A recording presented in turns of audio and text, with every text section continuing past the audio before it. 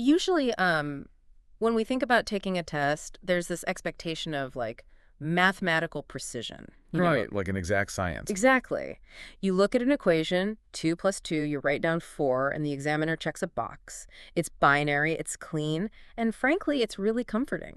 Because we like our competence to be objectively measurable. You totally do. But then you step into the world of assessing human communication. You try to evaluate how someone actually speaks, how they persuade, how they build rapport, and suddenly that objective grading scale just shatters. Oh, it completely falls apart. Yeah, we're looking at an evaluative landscape that is the absolute definition of a subjective gray area. Welcome to today's deep dive. It is Saturday, August 1st, 2026, and you, our listener, are sitting right here at the table with I'm us. so glad you're here. And looking at your background today, I've got to say, I am getting this classic wood-paneled examination room vibe. Or maybe like a dense university library. Yeah, I thought it set the right analytical mood for today. It's perfect. Because our source material today is this really fascinating transcript from the YouTube channel IELTS Advantage. They analyze a candidate's speaking test for a perfect Band 9 score. Which is incredibly rare, by the way. Right, and for anyone not in the testing world, IELTS is the International English Language Testing System. It's basically the global gold standard for proving your English proficiency, to universities, employers, immigration bodies. And that context is so vital, because a Band 9 isn't just a passing grade. It's not just good English. No, it's like a near mythical level. Exactly. It's native-like perfection. Achieving a Band 9 means you aren't just communicating, you are demonstrating absolute flawless mastery over the nuances of the language, all under extreme pressure. But the mission of our deep dive today isn't really about passing an English test. It's about decoding the actual mechanics of high-level persuasive communication. Like, how do you sound incredibly smart and capable without sounding like a robotic thesaurus? Because true fluency isn't just about flawless grammar. It's about strategy, depth, and agility, especially when you're navigating uncomfortable questions. Right. And we're going to track how this candidate handles the evolution of conversational pressure. Starting with low-stakes banter and then escalating into, well, high-stakes ambiguity. Yeah, these are the exact same tools you need when you're sitting across from a hiring manager or trying to command a tense board meeting. So let's start with the foundation, part 1 of the test. The low-stakes banter. Yeah, the very beginning of this interaction is about the most mundane topic imaginable, food and drink. A classic icebreaker. So the interviewer asks the candidate about their preferences, and the candidate just casually talks about creating lemonade in the summer because it's refreshing. And they mention this specific sweet dessert drink, which is called K, which they say is a staple at weddings. Oh, and having super sweet tea after meals. Right. And then they move on to breakfast. They describe eating dosa, which they vividly paint for the examiner as a savory crepe paired with chutney. And idli, which they explain is a carb-based steamed cake. It's very descriptive, but very relaxed. Totally. But the detail that really stands out to me is when they're asked about their childhood eating habits. The candidate literally says, I was a very boring child. I liked oatmeal. I had oatmeal almost every day. And then they mention saving waffles as a weekend treat because they know they're unhealthy. Yeah. It's so casual, and it's a very similar approach to how they discuss their hobbies later. They talk about shifting from reading books to watching movies across all genres and languages once they got to university. Okay, let's unpack this. Because I have a hard time buying that this is the best strategy. Wait, really? Why?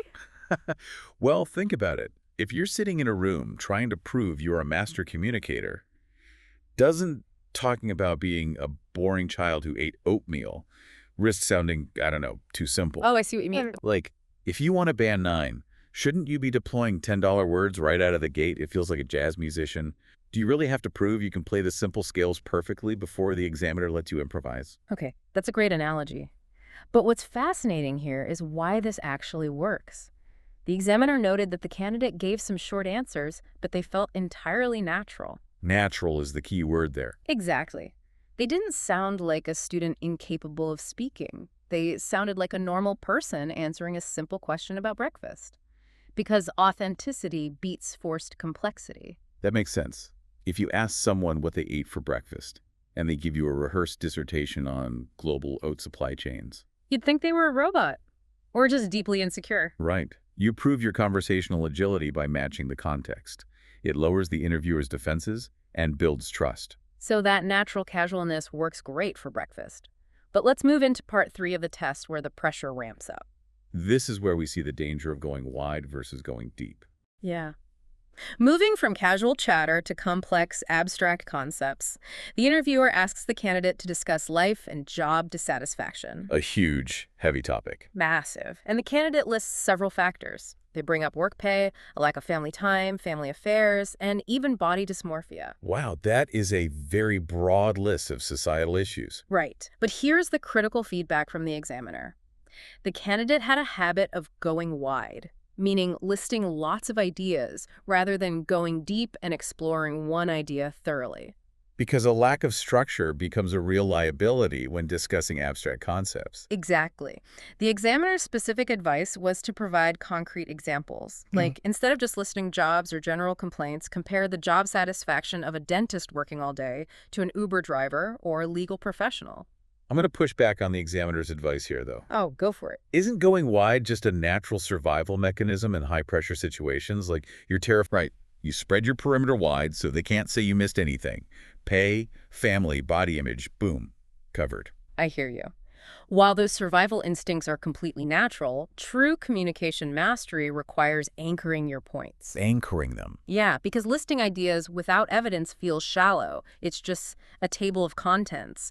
But going deep on one single example, like the dentist versus the Uber driver, that proves analytical maturity. Ah, I see. You force the abstract concept into a tangible reality. Exactly. You can explain how an Uber driver faces unpredictability and physical isolation, and contrast that with a dentist who has financial security but deals with intense microphysical stress in a tiny operating environment. Okay, yeah. The moment you do that, you're not just reciting a list. You're demonstrating that you can hold a complex idea and evaluate it in the real world. Exactly. So if you're supposed to go deep, what happens when you are asked to go deep on a topic you literally know nothing about? Oh, that's the nightmare scenario. Right. Which brings us to part 2 of the test and the candidate's most controversial strategy. Here's where it gets really interesting. It does. The prompt asks the candidate to describe a piece of work, which implies something they produced, like a project or a report. A tangible output for their job. But the candidate hadn't done any recent work like that. So instead of freezing or apologizing, they intentionally pivoted. They hijacked the prompt to talk about attending a dental aesthetics seminar instead. Wait, they turned a question about output into an answer about input. Yes. Purely because it was a comfortable topic where they possessed incredible vocabulary. They confidently discussed their prior ambition to be a plastic surgeon. They talked about modern facial enhancements becoming an everyday weekend thing. Oh, wow. Yeah, and they brought up the medical pursuit of facial harmony and correcting disharmony. The vocabulary they dropped was just stunning. It's like a politician's sleight of hand. That is exactly what it is. You get a devastating question, and you distract the examiner with brilliant, shiny vocabulary like facial harmony, so they completely forget what they originally asked you. But this raises an important question. What's the risk-reward of this gamble? I mean, in this specific case, the examiner gave them the benefit of the doubt because the English was just so staggeringly eloquent. Right, they got away with it. But the examiner included a severe warning. Technically, attending a seminar is not a piece of work. And if you repeatedly fail to answer the prompt, it will severely drop your fluency score, no matter how beautiful your English is. Because communication is a two-way street built on mutual respect. If you ignore the question, you break that trust. Exactly. You leave a lingering sense of distrust. So how do you fix it? The examiner suggested a safer, brilliant fix, a strategic bridge. Instead of just talking about the seminar, the candidate should have said, I attended a seminar and I wrote a report about it. Oh, that one sentence completely bridges the gap. It honors the prompt's demand for a piece of work, but still lets you talk about the medical terminology you want to showcase. That's the difference between a deceptive evasion and a strategic pivot. So we've talked about all these strategies, but how did this candidate still manage a perfect Band 9 score despite taking that risky pivot gamble? We have to look at the underlying machinery of their speech, the true markers of fluency mastery. Let's talk about the mechanics. First off, they had a flawless pronunciation. And we don't just mean speaking clearly, right? Right. The analysis noted natural intonation, word stress, and sentence stress that was akin to a native speaker. The melody of the language was perfect. And there were zero grammatical or vocabulary errors throughout the entire test. Zero. under all that pressure.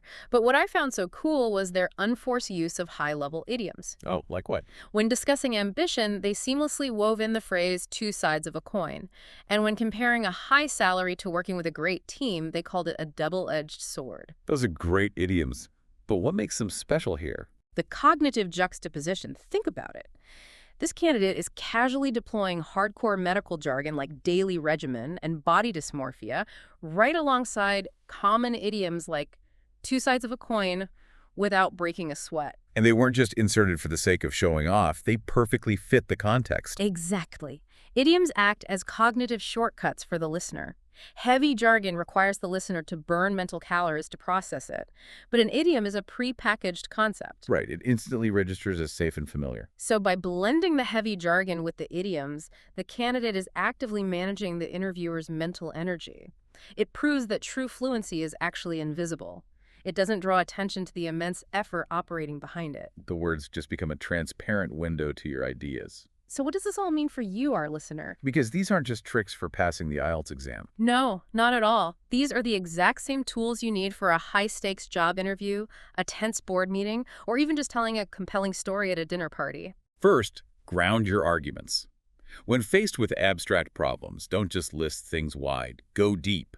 Use concrete examples. Second, if you have to steer the conversation to your strengths, use a strategic bridge.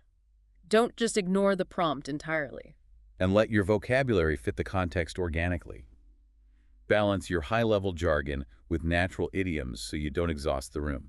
We want to leave you with a final, provocative thought to mull over as you go about your week. Think about the last time you were backed into a corner in a conversation. Did you go wide with a bunch of excuses, or did you go deep with one solid point? Furthermore, if you possess perfect native-level eloquence, but you completely fail to answer the question being asked, who actually controls the conversation? Is it the person asking the question, or the person spinning the beautiful distraction? Something to think about during your next big negotiation. Definitely. Thank you so much for joining us for this deep dive. We hope you walk away with a sharper, more strategic toolkit for your own conversations. Keep analyzing, keep going deep. And we'll see you next time.